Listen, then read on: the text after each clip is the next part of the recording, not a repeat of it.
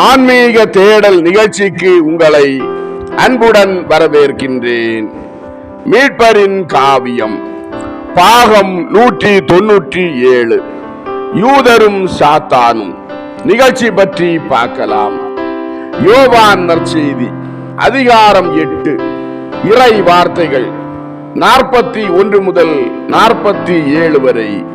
நிகழ்ச்சிக்கு போகலாம்.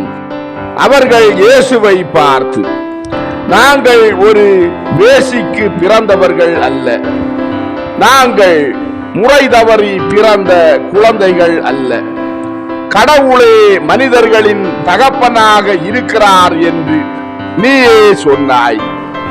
நாங்கள் தெரிந்து கொள்ளப்பட்ட மக்களினமாக இருக்கிறோம். அதிலும் இந்த மக்களினத்திலிருந்து தெரிந்து கொள்ளப்பட்ட ஜாதிகளுக்கு நாங்கள் சொந்தமாய் இருக்கிறோம். ஆகவே நாங்கள் கடவுளை மட்டுமே எங்கள் ஒரே தந்தையாக கொண்டிருக்கிறோம் என்றார்கள். இயேசு அவர்களை பார்த்து, நீங்கள் உங்கள் ஆத்துமத்திலும் சத்தியத்திலும் கடவுளை உங்கள் தந்தையாக அடையாளம் கண்டிருந்தீர்கள் என்றால், நான் கடவுளிடமிருந்து புறப்பட்டு வருகிறேன் என்பதற்காக என்னை நேசித்திருப்பீர்கள். நான் என் சொந்த விருப்பத்தினால் வரவில்லை, மாறாக என்னை அனுப்பியவர் அவரே. ஆகவே நீங்கள் பிதாவை உண்மையாகவே அறிந்திருப்பீர்கள் என்றால், அவருடைய திருசுதனும் உங்கள் சகோதரனும் இரட்சகருமாகிய என்னையும் அறிந்திருப்பீர்கள். சகோதரர்கள் ஒருவரை ஒருவர் அறியாதிருப்பது சாத்தியமா?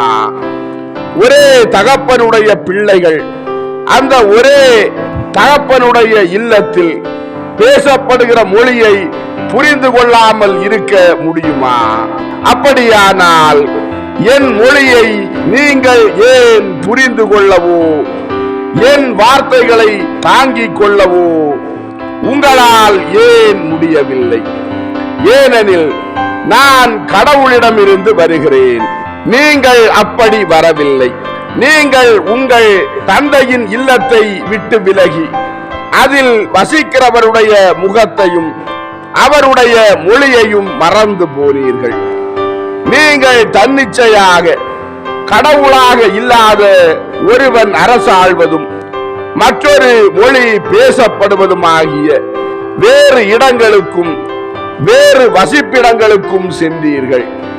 அங்கே ஆட்சி செலுத்துகிறவன் அதற்குள் போக விரும்புகிறவர்களை தன்னுடைய அடிமைகளாகும்படியும் தனக்கு கீழ்ப்படியுமாறும் வற்புறுத்துகிறான். நீங்களும் அப்படியே செய்தீர்கள், இன்னமும் செய்து வருகிறீர்கள். நீங்கள் உங்களுக்கென வேறொரு தந்தையை தெரிந்து கொள்ளும்படி பிதாவாகிய கடவுளை ஆணையிட்டு மறுதலிக்கிறீர்கள். பசாசையே நீங்கள் உங்கள் தந்தையாக கொண்டிருக்கிறீர்கள். அவன் உங்களுக்கு தருகிற ஆலோசனையை நிறைவேற்ற நீங்கள் விரும்புகிறீர்கள். பசாசு பாவத்தின் மீதும் வன்முறையின் மீதும் விருப்பமுள்ளதாக இருக்கிறது. நீங்களும் அவற்றை ஏற்றுக்கொள்கிறீர்கள். ஆதி முதலே அவன் கொலைகாரனாக இருந்தான். உண்மையில் அவன் நிலை கொள்ளவில்லை. ஏனென்றால் உண்மைக்கு எதிராக கலகம் செய்த பிறகு தன்னில் உண்மையின் மீது எந்த நேசமும் கொண்டிருக்க இயலாதவனாக அவன் இருக்கிறான். அவன் பேசும்போது தான் இருக்கிறபடி, அதாவது ஒரு பொய்யனாகவும் இருளுக்குள்ள பிறவியாகவுமே அவன் பேசுகிறான். ஏனென்றால் அவன் உண்மையாகவே பொய்யனாக இருக்கிறான். அகங்காரத்தினால் பலப்படுத்தப்பட்டு கலகத்தினால் போஷிக்கப்பட்ட பிறகு அவன் பொய்யை கருத்தரித்து பெற்றெடுத்திருக்கிறான். சகல இச்சையும் அவனுடைய உள்ளரங்கத்தில் இருக்கிறது. அவன் அதை கக்குகிறான். படைப்புகளுக்கு நஞ்சு ஊட்டும்படி அவற்றை கடித்து அவற்றினுள் அதை செலுத்துகிறான்.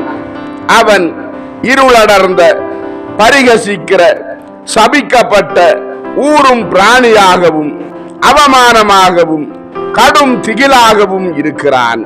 அவனுடைய செயல்கள் பல யுகங்களாக மனிதனை வதைத்து வந்திருக்கின்றன.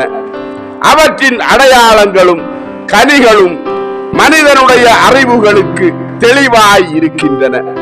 இருந்தாலும் அவன் பொய் சொன்னாலும் அழித்தாலும் அவன் சொல்வதைத்தான் நீங்கள் கேட்கிறீர்கள். ஆனால் சத்தியமானதையும் நல்லதா இருப்பதையும் நான் பேசினாலும் சொன்னாலும் நீங்கள் என்னை நம்புவதில்லை. நான் ஒரு பாவி என்று நீங்கள் சொல்கிறீர்கள்.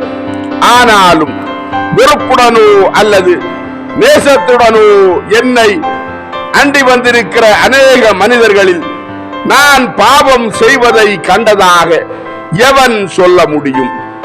உண்மையோடு அப்படி சொல்லக்கூடியவன் எவன்? நான் ஒரு பாவி என்று என்னையும் என்னில் விசுவாசம் கொள்கிறவர்களையும் சம்மதிக்க செய்கிற சாட்சியங்கள் எங்கே இருக்கின்றன? 10 கற்பனைகளில் எதை நான் மீறி இருக்கிறேன்? நான் வேத பிரமாணத்தையோ வழக்கங்களையோ கட்டளைகளையோ பாரம்பரியங்களையோ ஜபங்களையோ மீறியதை தான் கண்டதாக கடவுளின் பீடத்திற்கு முன்பாக ஆணையிடக்கூடியவன் யார்? யாராலும் அப்படி செய்ய முடியாது. அப்படிப்பட்டவன் மனிதரிடையேயும் இல்லை, சம்மரசுகள் இடையேயும் இல்லை. அவர் மாசற்றவர் என்று கடவுள்தாமே மனிதருடைய இருதயங்களில் உரக்க சத்தமிடுகிறார். நீங்கள் எல்லோருமே அதை நம்பி ஏற்கிறீர்கள். என்னை குற்றம் சாட்டுகிறவர்களாகிய நீங்களா அல்லது நானா? யார் சரி என்று தெரியாமல் குழப்பத்தில் இருக்கிற இந்த மக்களை விட அதிக உறுதியாக நான் மாசற்றவன் என்று ஏற்றுக்கொள்ள வற்புறுத்தப்படுகிறார்கள். ஆனாலும் கடவுளுக்கு சொந்தமானவர்கள் மட்டுமே கடவுளின் வார்த்தைகளுக்கு செவி கொடுக்கிறார்கள். அவை அல்லும் பகலும் உங்கள் ஆத்துமங்களில் எதிரொலித்தாலும் கூட நீங்கள் அவற்றை கேட்கிறதில்லை.